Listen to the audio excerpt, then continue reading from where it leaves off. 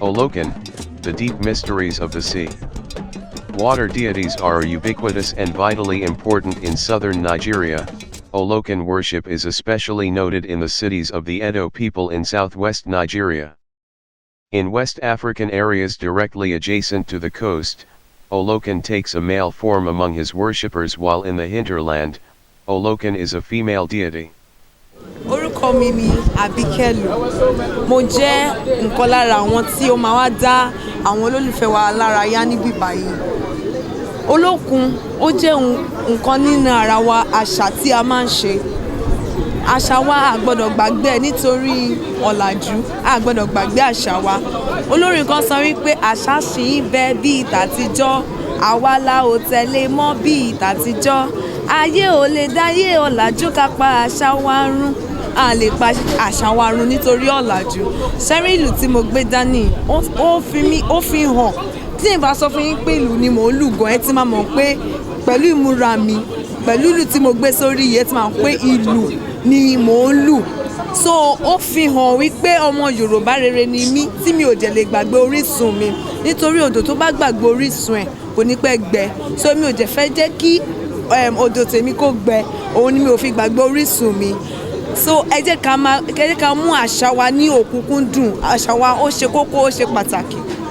Ẹ ṣé gan. Ìmọ̀ràn mi fún gbogbo ọmọ ilẹ̀ káàárọ̀ oòjíire ni pé ẹ má jẹ́ ká gbàgbé àṣà wa. Ẹ má jẹ́ pé nítorí pé wọ́n mú ẹ̀sìn kan wá ká wá gbàgbé àwọn òrìṣà wa. Òrìṣà kì í ṣe wípé ká wá gbàgbé wọn, ká gbé wọn sí ẹ̀gbẹ́ kan. Rárá, ẹ má jẹ́ ká gbàgbé àwọn òrìṣà wa. Àwọn òrìṣà wa náà, àwọn náà ló ti wà kí ẹ̀sìn òyìnbó tó dé. Ẹ jẹ́ ká máa ṣe wọ́n nígbà tó tọ́ àti ìgbà tó yẹ. Àmọ̀ràn mi fún gbogbo ọmọ ilẹ̀ Oòduà nìyẹn. Olokun, the most powerful deity with mantles of the rolling waves of sea water. Olokun, sea goddess, the owner of all the riches under the oceans, the greatest bead maker, the most powerful deity whose mantles are the rolling waves of sea water, is a most beautiful divinity to behold. Her long braided hair flows with the waves of the undulating waters, her ebony dark skin glistening like priceless pearls under the motion of ceaseless seas. When Olokun is angry, she causes the sea to be rough and stirs up a raging surf upon the shore, and it is she who drowns men, upsets boats, or canoes, and causes shipwrecks.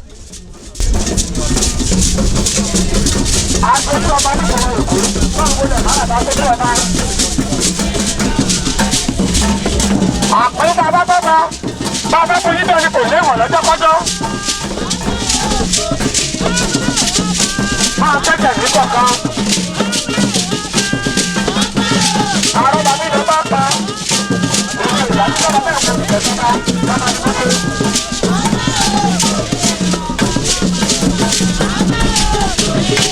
Àrùn bàbí ló bá pa. Èdè ìyá tí bàbá bẹ́ẹ̀ wù ní tẹ̀sí ká. Bàbá ní kókó.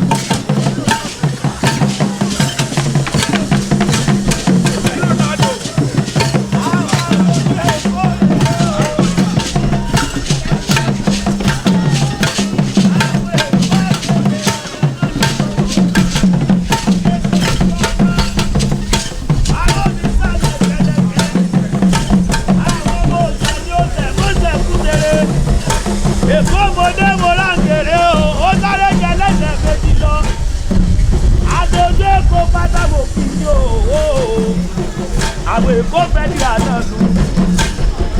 Ọmọ ọlọ́ọ̀gá àti ìwúdà ni wọ́n ọmọ ọlọ́ọ̀gá àjàká àwọn ọmọ òkú.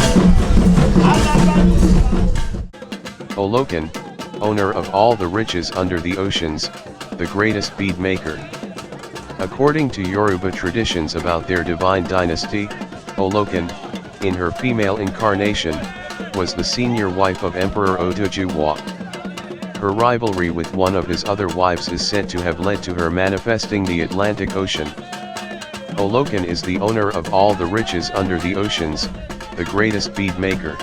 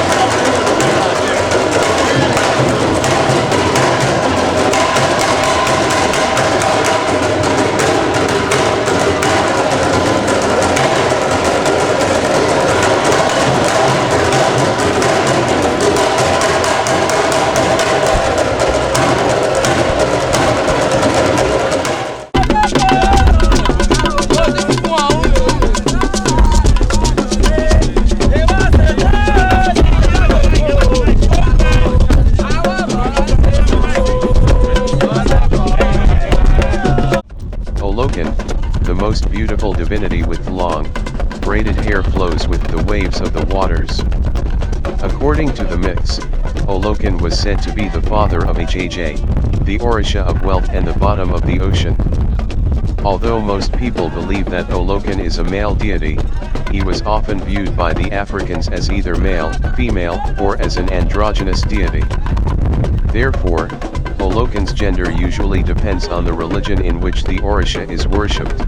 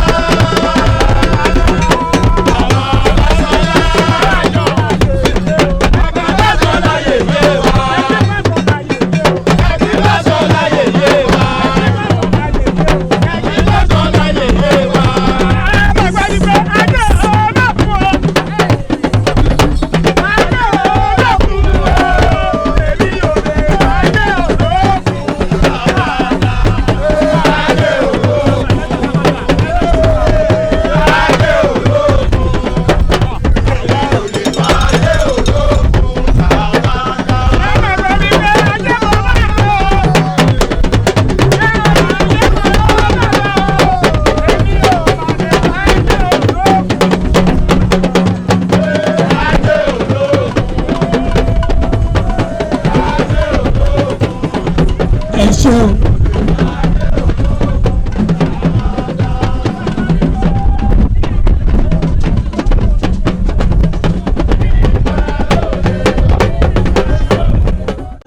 Olokun, the left-hand path magic of the sea. Olokun is an Orisha spirit in Yoruba religion. Olokun is believed to be the parent of Ij, the Orisha of great wealth and of the bottom of the ocean. Olokun is revered as the ruler of all bodies of water and for the authority over other water deities. Olokun is highly praised for their ability to give great wealth, health, and prosperity to their followers. Communities in both West Africa and the African diaspora view Olokun variously as female, male, or androgynous.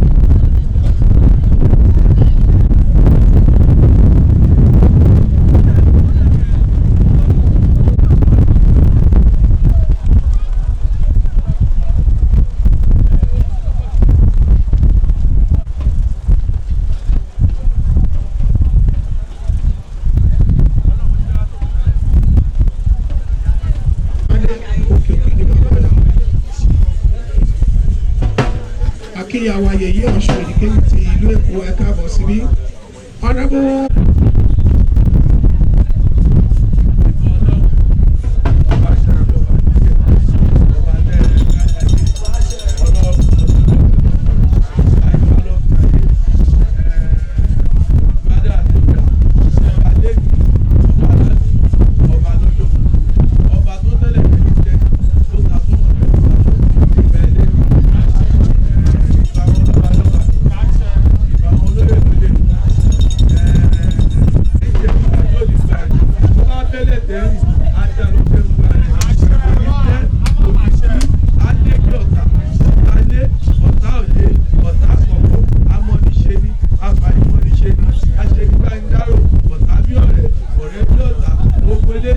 Gbogbo alátakò àdúgbò àgbóbàdàbà ẹjọ́ ẹlẹ́jọ́